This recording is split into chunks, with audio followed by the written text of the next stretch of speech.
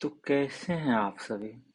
अब हमारा एग्जाम बहुत नज़दीक तो आ ही गया है, तो चलिए आइए बिना समय को व्यतीत किए अपने प्रैक्टिस सेट को आगे बढ़ाते हैं। और जो वीडियो ये कल का पार्ट 2 है, यानी कि कल जितने क्वेश्चन पे हमने छोड़ा था उसके आगे के 20 क्वेश्चन और आज 20 से 25 क्वेश्चन करीब में देखेंगे।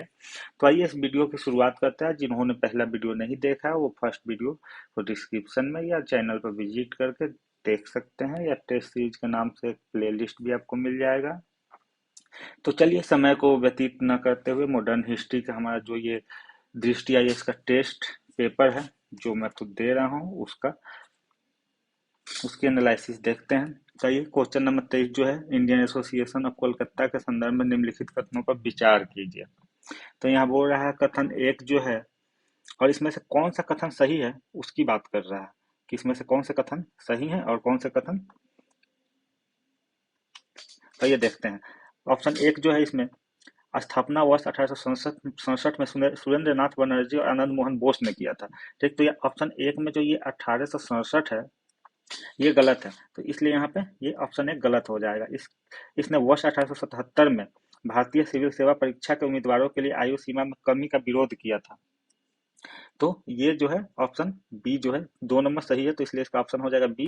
क्योंकि ऑप्शन 1 नंबर में 1867 दिया हुआ है, जो कि यहाँ 1876 होना चाहिए था। यहाँ पे 1876 अगर होता तो ये सही हो जाता। तो हमारा इसमें ऑप्शन बी सिर्फ सही होगा। तो इस क्वेश्चन का आंसर है केवल बी।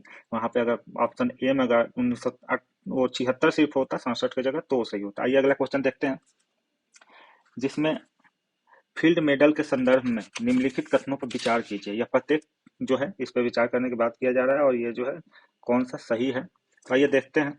यह प्रत्येक 4 वर्ष में केवल गणित के क्षेत्र में ही दिया जाता है। ठीक है। यह केवल 40 वर्ष से कम आयु के व्यक्तियों को प्रदान किया जाता है, ये गलत है। फिर इसने केवल एक निश्चित, सॉरी ये 2 नंबर गलत नहीं है, 2 नंबर सही है, बल्कि यार इसे केवल एक निश्चित मौजूदा काम के लिए प्रदान किया जाता है, न कि भविष्य के प्रति स्पर्धा के लिए। देखिए यहाँ पे केवल शब्द आया है, ठीक ना। तो पहला एक क्वेश्चन में सबसे बड़ी चीज ये भी है कि अगर आपको कहीं भी किसी भी क्वेश्चन में केवल शब्द का प्रयोग मिल जाए तो 99% चांस है कि वो कथन गलत ही होगा। जैसे केवल हो गया, सिर्फ हो गया, या यही हो गया, ये सब जो कथन वैसा कथन है जो सिर्फ उसी चीज को स्थापित करता हो, वो वैसा का कथन आए तो 99% चांस है कि वो कथन गलत ही होगा। वो कथन सही होने की कोई उम्मीद नहीं हो सकती है। तो आप इस स्थिति में देख लें, और उसके बाद कथन में जैसे ऐसे शब्दों का प्रयोग होता है तो आप तुरंत ही उससे सतर्क हो जाएं, और उस पर आप अगर नहीं आता है तो उसको मान के चले और उसको गलत लगा के ही आए, यानी कि उसको ऑप्शन को सही नहीं मानना है। तो इसमें आपको 99% चांस है कि वो जो है क्वेश्चन वो सही हो सकता है उस ऑप्शन के कारण अगर है तो ये 24 का देखते हैं। इसका ऑप्शन सी हो जाएगा। 1 और 2 हमारा सही है, 3 नंबर सही नहीं है, तो इसका ऑप्शन सी हो जाएगा।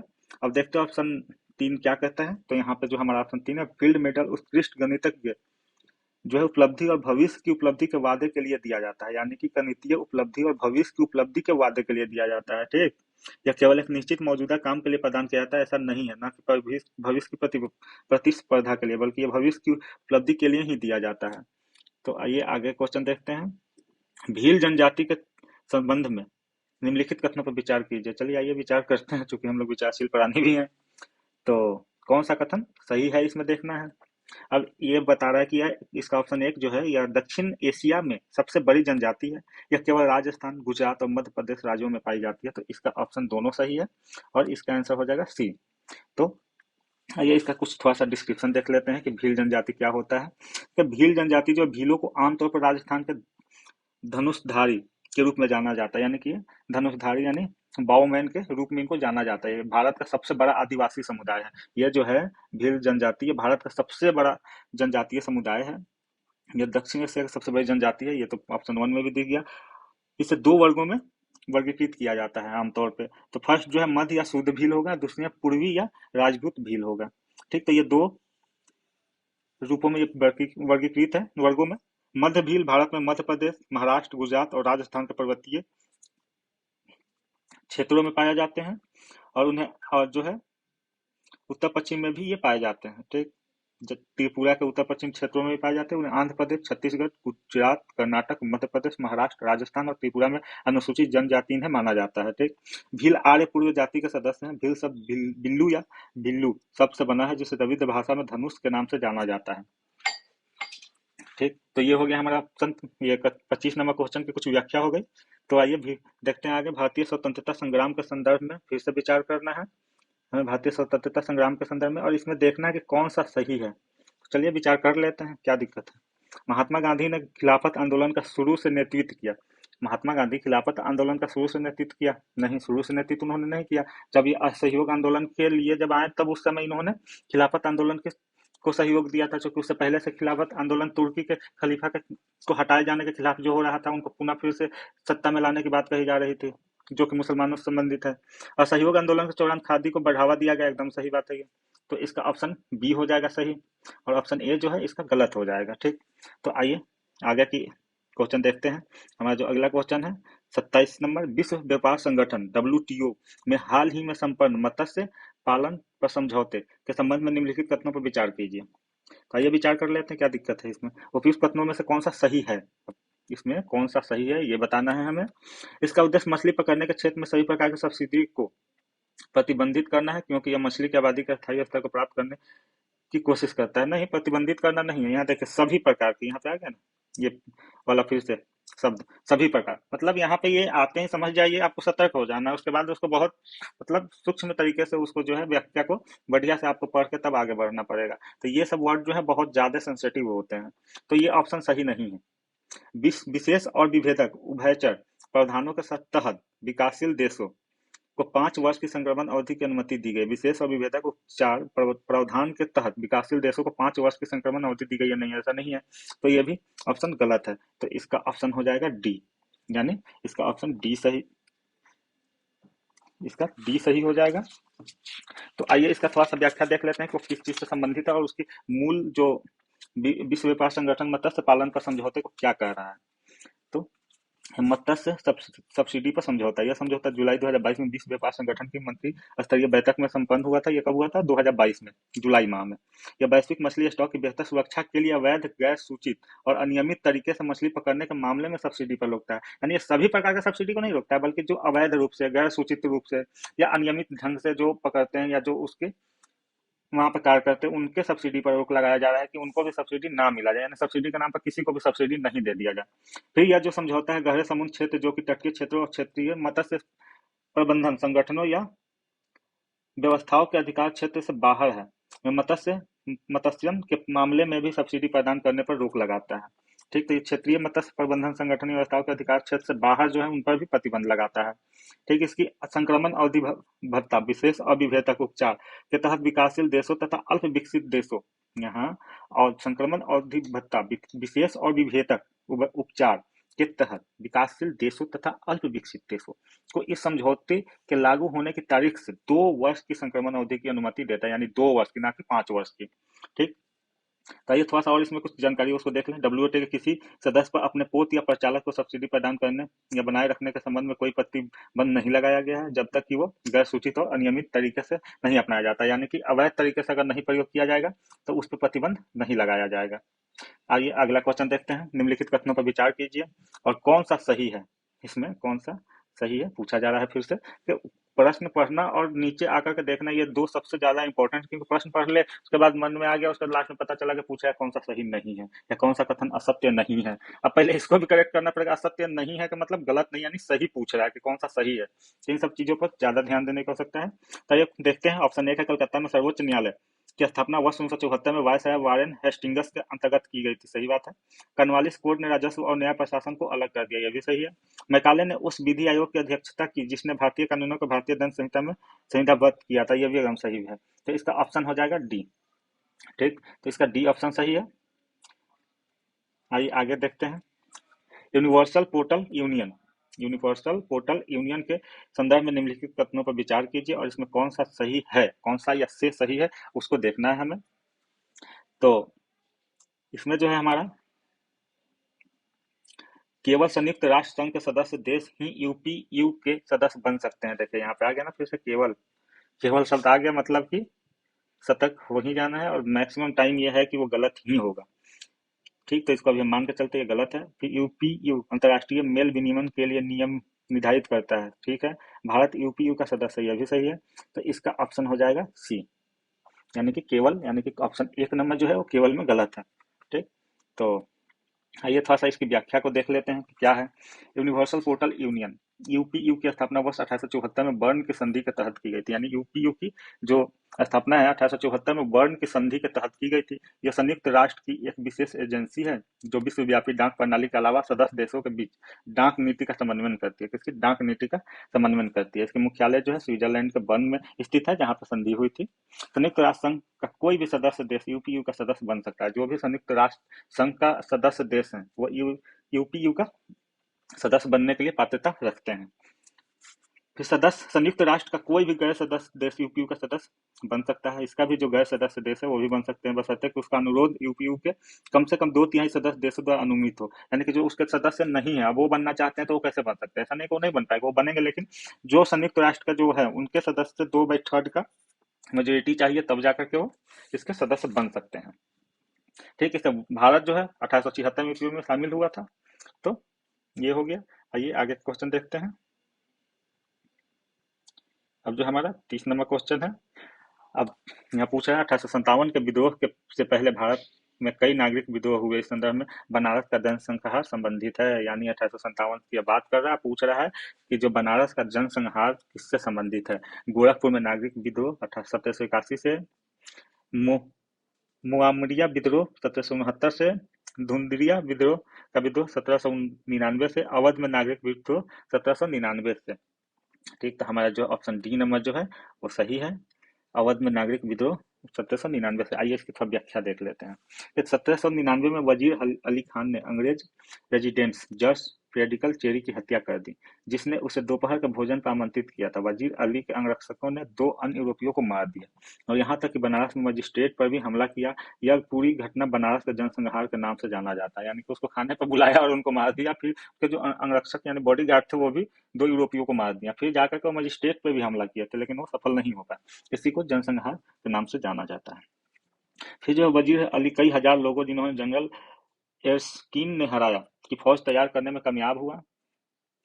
अली ने भागकर भूतवाल में जयपुर के शासक की शरण ली। ऑर्थर वेलजली ने जयपुर के राजा से अली के प्रत्यार्पण की प्रार्थना की। अली को इस शर्त पर प्रत्यार्पित किया गया था कि उसे न तो फांसी दी जाएगी और नहीं बेड़ियों में जकड़ा जाएगा, यानी जंजीरों में नहीं जकड़ा जाएगा। 1799 में आत्मसमर्पण करने के बाद उन्हें कोलकाता के फोर्ट विलियम के किले में बंदी बनाकर रखा गया। यानी कि उसको न फांसी दिया गया और न ही किलों में जकड़ा गया, बल्कि उनको बंदी बना करके रख दिया गया। 1799 में ही वो अपना आत्मसमर्पण कर दिए।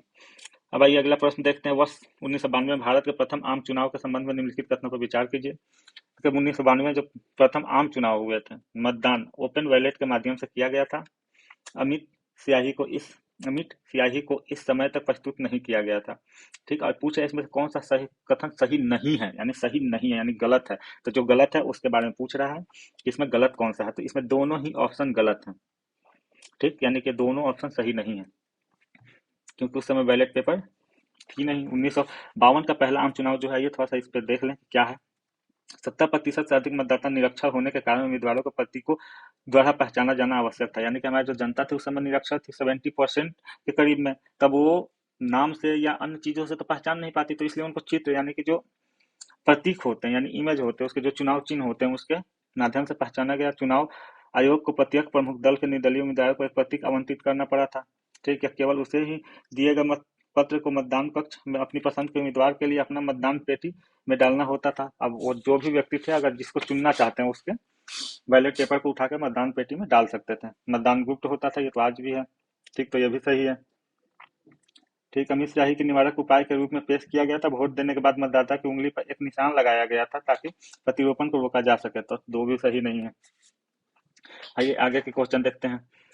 पर एंड पॉलीफ्लोरोअल्काइल सब्सटेंस यानी पीएफएस के संदर्भ में निम्नलिखित कथनों पर विचार कीजिए। ठीक, तो पीएफएस से निर्मित उत्पाद ग्रीस, जल और तेल प्रतिरोधी होते हैं। यानी जो इससे निर्मित होते हैं वो ग्रीस, जल और तेल प्रतिरोधी होते हैं। तो ये ठीक है। ये अपने उत्पादन और उपयोग के दौरान मृदा, जल एवं वायु में प्रवेश कर सकते हैं। यह भी सही है। पीएफ का निर्माण लोगों और जानवरों में नहीं हो सकता, ये गलत है। और इसमें पूछा कौन सा सही है, तो इसका ऑप्शन ये हो जाएगा, जो कि 1 और 2 दोनों सही है।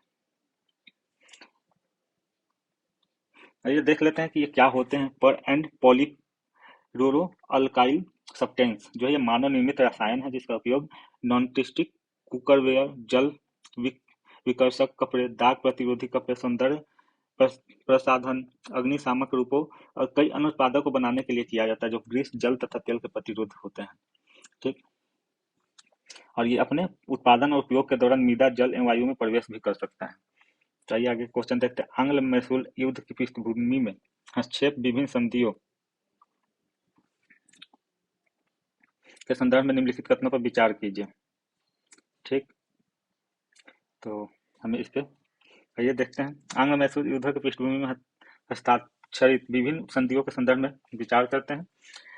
और इसमें क्या पूछा है कि कौन सा प्रश्न जो है सही है, यानी कि इसमें कथन को सही पूछा है। तो चलिए आइए देखते हैं। वर्ष 1792 में श्रीरंगपट्टनम की संधि पर हस्ताक्षर किए गए, जिसके तहत ईस्ट इंडिया कंपनी ने टीपू सुल्तान से 3 करोड़ रुपए की युद्ध क्षतिपूर्ति आरोपित की। ये सही है। वर्ष 1784 में मद्रास की संधि पर हस्ताक्षर किए गए, जिसके तहत दोनों पक्ष तृतीय आंग्ल मैसूर युद्ध के दौरान जीते गए क्षेत्रों को वापस देने पर सहमत हुए। ठीक, तो मद्रास की संधि पर हस्ताक्षर किए गए, जिसके तहत दोनों पक्ष तृतीय आंग्ल मैसूर युद्ध के दौरान जीते गए क्षेत्र को वापस देने पर सहमत हुए। एकदम नहीं, ये नहीं, क्योंकि वापस देने की तो बात अंग्रेजों में थी ही नहीं, क्योंकि उनको तो पूरा का पूरा हड़पने की बात थी। वर्ष 1769 में मंगलौर की संधि पर हस्ताक्षर किए गए थे, जिसके तहत हैदर अली पर किसी अन्य शक्ति द्वारा हमला किए जाने की स्थिति में अंग्रेजों द्वारा सहायता का वादा किया गया था। एकदम नहीं, क्योंकि अंग्रेज तो हैदर अली को ही मार करके उसके बाद उनके राज्य को हड़पना चाहते थे, तो फिर वो संरक्षण देने की बात ही नहीं कर सकते थे। तो इसलिए हमारा ऑप्शन जो है केवल एक सही है। ये आगे देखते हैं। निम्नलिखित पदांश पर विचार कीजिए। आइए देखते हैं, पढ़ते हैं क्या है। वह एक स्वदेशी राजनीतिक नेता थे जिन्होंने हड़तालों के आयोजन में मदद की। वह बंगाली क्रांतिकारियों के पावना समूह में से एक थे। वह एक राष्ट्रवादी पत्रकार थे जो क्रांतिकारी पत्रिका संध्या के उप संपादक थे। कुछ समय बाद वो बंगाली राष्ट्रवादी अखबार वंदे मातरम के संस्थापक अरबिंदो घोष के सहायक के रूप में नियुक्त हुए। बाद में इसके संस्थापक भी बने।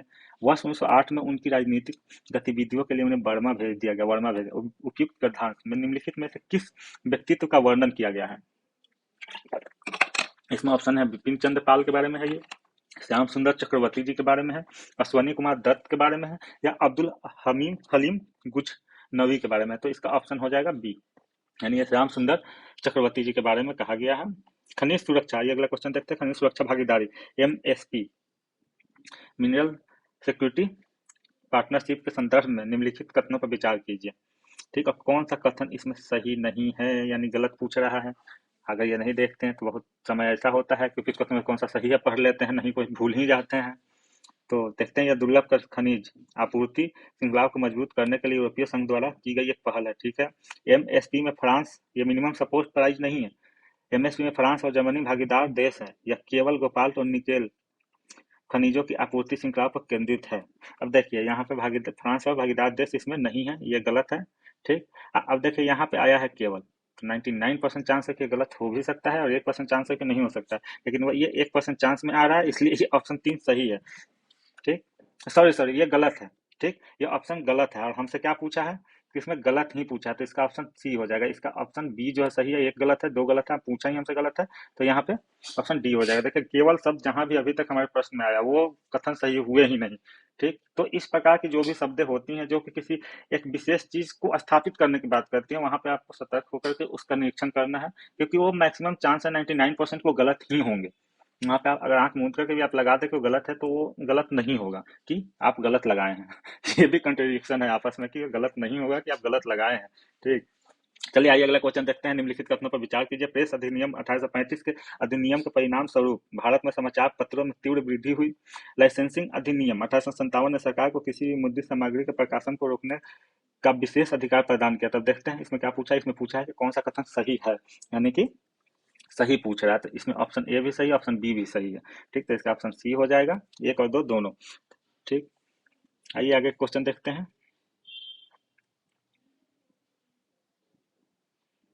तो ये है हमारा आगे का क्वेश्चन है, उपराष्ट्रपति चुनाव के संबंध में निम्नलिखित कथनों पर विचार कीजिए। और आइए विचार कर लेते हैं। अब पूछ रहा है कौन सा सही नहीं है, यानी गलत पूछ रहा है कि इसमें कौन सा गलत है। तो आइए देखते हैं। चुनाव में संसद के प्रत्येक सदस्य के मत का मूल्य समान होता है। ठीक है, समान होता है, चूंकि हमारे लोकतांत्रिक व्यवस्था है और सभी को इसमें मतलब कि व्यक्ति के वेटेज के हिसाब से वोट देने की प्रक्रिया नहीं दी गई है, इसलिए सभी व्यक्ति का समान वोट मत है भारत में, जहां अगर रिक्शा चलाने वाले से लेकर के करोड़पति तक के। ठीक। राज्यसभा के महासचिव को ही निर्वाचन अधिकारी के रूप में नियुक्त किया जाता है, एकदम नहीं, इसके लिए तो इलेक्शन कमीशन है, तो ऑप्शन बी गलत हो जाएगा, तो इसलिए इसका ऑप्शन हो जाएगा बी, जो कि केवल 2 गलत है। ठीक, तो आइए एक बार थोड़ा सा इसका देख लें कि क्या है ऑप्शन बी में। चुनाव आयोग केंद्र सरकार के परामर्श से लोकसभा और राज्यसभा के महासचिव को बारी बारी से निर्वाचन अधिकारी रिटर्निंग अफसर के रूप में नियुक्त करता है। देखिए यहाँ पे कौन करता है, इलेक्शन कमीशन, ना कि राज्यसभा के महासचिव। तो आइए अगला क्वेश्चन देखते हैं। बंकिम चंद्र चट्टोपाध्याय का उपन्यास देवी चौधरानी अंग्रेजी के विरुद्ध निम्नलिखित में से किस विद्रोह पर आधारित है? तो इसमें पहला है पागलपंथी विद्रोह, दूसरा है फैराजी विद्रोह, तीसरा सन्यासी विद्रोह और चौथा है चुआर विद्रोह। तो इसका ऑप्शन हो जाएगा सी, सन्यासी विद्रोह। आइए थोड़ा सा इसको देख लें। सन्यासी विद्रोह क्या है? सन्यासी विद्रोह 1763 से 1800 तक चला था। 1770 में बंगाल के भयानक दुर्भिक्ष ने यहाँ के निवासियों को त्रस्त कर दिया था। उसने 50 सन्यासियों ने अंग्रेजों के विरुद्ध सशस्त्र विद्रोह आरंभ कर दिया। ठीक, सशस्त्र विद्रोह आरंभ कर दिया। मूल रूप से किसान, यहाँ तक कि कुछ भूमि से बेदखल किए गए इन सन्यासियों में बड़ी संख्या में बेदखल छोटे जमींदार, विस्थापित सैनिक और गरीब ग्रामीण शामिल थे। कंपनी के कारखानों और कोषागारों पर धावा बोल दिया और कंपनी की सेना का मुकाबला किया। लंबी कार्रवाई के बाद ही वारन हेस्टिंग्स सन्यासियों को वश में कर लिया, यानी कि लंबी लड़ाई के बाद जो है सन्यासी, यानी कि जो सन्यासी विद्रोह थे उनको क्या कर लिया, अपने वश में कर लिया, यानी कि उनके ऊपर कब्जा स्थापित कर लिया, यानी कि उन लोगों को अपने सेना के द्वारा मतलब रोकने में कामयाब हो गए। इस आंदोलन में हिंदू और मुसलमानों की एक समान भागीदारी रही। इसमें हिंदू और मुसलमान जो है दोनों की एक समान भागीदारी रही, यानी कि पृथक नहीं रहा। तो इसलिए इसे कभी कभी फकीर विद्रोह के नाम से भी जाना जाता है। सन्यासी विद्रोह को ही क्या बोल लेते हैं, फकीर विद्रोह। तो यानी कि इस नाम से अगर आ जाए तो दोनों अलग अलग नहीं है बल्कि एक ही है। अब इसके जो नेतृत्वकर्ता थे वो थे मजनूम शाह, चिराग अली, मूसा शाह, भवानी पाठक, देवी चौधरानी इस विद्रोह के प्रमुख नेता थे। ठीक, तो इस प्रकार ये हमारा सन्यासी विद्रोह को देख लिया। वैश्विक लैंगिक अंतराल सूचकांक 2022 के संबंध में निम्नलिखित कथनों पर विचार कीजिए। तो ये है विश्व आर्थिक मंच द्वारा जारी किया जाता है। ठीक है, वैश्विक रैंकिंग अंतराल विश्व मंच द्वारा ही जारी किया जाता है। भारत ने सभी 4 उप सूचकांकों के राजनीतिक सशक्तिकरण आयामों सबसे खराब प्रदर्शन किया, एकदम नहीं। तो ये है, इसमें से पूछा कौन सा सही है, तो इसका ऑप्शन केवल एक हो जाएगा, क्योंकि ये ऑप्शन नंबर 2 गलत है। इसमें भारत की जो मतलब कि प्रदर्शन है, आइए उस पर थोड़ा सा देख लें कि भारत की प्रदर्शन क्या रहा और क्या नहीं। तो यहाँ पे है कि 4 प्रमुख आयामों में लैंगिक समानता की दिशा में उनकी प्रगति प्रदेश का मूल्यांकन करता है। भारत का इन उप मैट्रिक्स में प्रदर्शन इस प्रकार है। आर्थिक भागीदारी और अवसर में 143 रैंक है, शैक्षिक उपलब्धि 107, स्वास्थ्य एवं उत्तरजीविता में 146, राजनीतिक सशक्तिकरण में 48वें रैंक है। ठीक, तो आइए अगला क्वेश्चन देखते हैं। भारत के बाहर क्रांतिकारी राष्ट्रवाद के संबंध में निम्नलिखित कथनों पर विचार कीजिए। यानी क्रांतिकारी राष्ट्रवाद के बारे में यहाँ पूछ रहा है। अब पूछ रहा है कौन सा कथन सही है। यहाँ सही के बारे में पूछा है। तो Indian home rule society Ireland में भारतीय छात्रों का एक केंद्र था, नहीं ये अमेरिका में था, जो कि इसको बनाया गया था। और जो है ये भारतीय छात्रों के लिए ये था। ठीक, आश्रय के प्रेस अधिनियम से मुक्ति। गदर पार्टी का मुख्यालय सैन फ्रांसिस्को में था, सही है। 3 नंबर, भारतीय स्वतंत्रता के लिए बर्लिन समिति की स्थापना जिमर मैन योजना के तहत की गई थी, ये भी सही है। तो इसलिए इसका ऑप्शन 2 और 3 हो जाएगा, यानी ऑप्शन बी हो जाएगा। ठीक, तो आइए 1 नंबर में क्या प्रॉब्लम है उसको देखते हैं। ये श्याम सी कृष्ण वर्मा ने वर्ष 1905 में भारतीय छात्रों के लिए केंद्र के रूप में भारतीय home rule society India house, Bharat से कट्टरपंथी युवाओं को बाहर लाने के लिए एक छात्रवृत्ति योजना और एक पत्रिका द इंडियन सोसाइटी की शुरुआत की थी। ठीक, तो ये ऑप्शन 1 सही नहीं है। और गदर पार्टी साप्ताहिक समाचार पत्र के माध्यम से संगठित एक क्रांतिकारी समूह था जिसका मुख्यालय सैन फ्रांसिस्को में था। तो ऑप्शन बी इसका सही है। आइए आगे क्वेश्चन देखते हैं। और ये हमारे सेगमेंट के आज का थर्ड लास्ट क्वेश्चन है। सिख धर्म सुधार आंदोलन के संबंध में निम्नलिखित कथनों पर विचार कीजिए। सिंह सभा आंदोलन ने सिखों के लिए आधुनिक पश्चिमी शिक्षा का समर्थन किया। ठीक है, अकाली आंदोलन का उद्देश्य सिख गुरुद्वारों को भ्रष्ट महंतों के नियंत्रण से मुक्त कराना था। ठीक है, हुक्का आंदोलन के सिखों के लिए आधुनिक पश्चिमी शिक्षा के बहिष्कार का समर्थन दिया, ये भी ठीक है। तो इसका ऑप्शन डी हो जाएगा। पूछा इसमें कौन सा सही है, तो तीनों ऑप्शन सही है। आइए आज का सेकंड लास्ट देखते हैं। भारतीय स्वतंत्रता संग्राम के चरमपंथी नेताओं के बारे में निम्नलिखित कथनों पर विचार कीजिए। बहिष्कार और निष्क्रिय प्रतिरोध उद्देश्यों को प्राप्त करने के उनके उपकरण थे। यानी स्वतंत्रता संग्राम में चरमपंथी नेताओं के बारे में पूछा है। ठीक, और कौन सा सही ये पूछ रहा है। तो इसमें ऑप्शन ए सही है। उन्होंने संवैधानिक सुधारों और सेवाओं में भारतीयों के लिए हिस्सेदारी की मांग की नहीं। उन्होंने वैचारिक प्रेरणा पश्चिमी उत्तरवादी विचार और यूरोपीय इतिहास था, ये भी गलत है। इसलिए इसका ऑप्शन हो जाएगा ए। ये 2 और 3 क्यों गलत है इसको जल्दी से देख लेते हैं। और देखिए उग्र राष्ट्रवाद जो है यानी चरमपंथी नेताओं की जो नेता है वो देखते हैं, उन्होंने स्वराज को भारतीय समस्या के लिए सर्व सर्वरोगहर यानी के रूप में मांगा, यानी कि उन्होंने जो है संवैधानिक सुधारों और सेवाओं में भारतीयों के लिए हिस्सेदारी की मांग नहीं की बल्कि सर्वरोगहर के रूप में मांगा, ठीक, स्वराज को। अब ऑप्शन 3 देख लेते हैं, और ये है उनकी वैचारिक प्रेरणा भारतीय इतिहास, संस्कृति, विरासत और हिंदू पारंपरिक प्रतीक थे, न कि उदारवादी विचारधारा और यूरोपीय इतिहास, ठीक। तो इस प्रकार इसका ऑप्शन ए हो जाएगा। आइए 43 नंबर यानी आज के सेशन का लास्ट क्वेश्चन है ये। कोनिक पेटिक सिंड्रोम के बारे में निम्नलिखित कथनों में का विचार कीजिए। ठीक है, मानव शरीर के तंत्रिका तंत्र और प्रतिरक्षा प्रणाली को प्रभावित करता है। ठीक है, जीवन शैली में परिवर्तन करके इसका उपचार किया जा सकता है।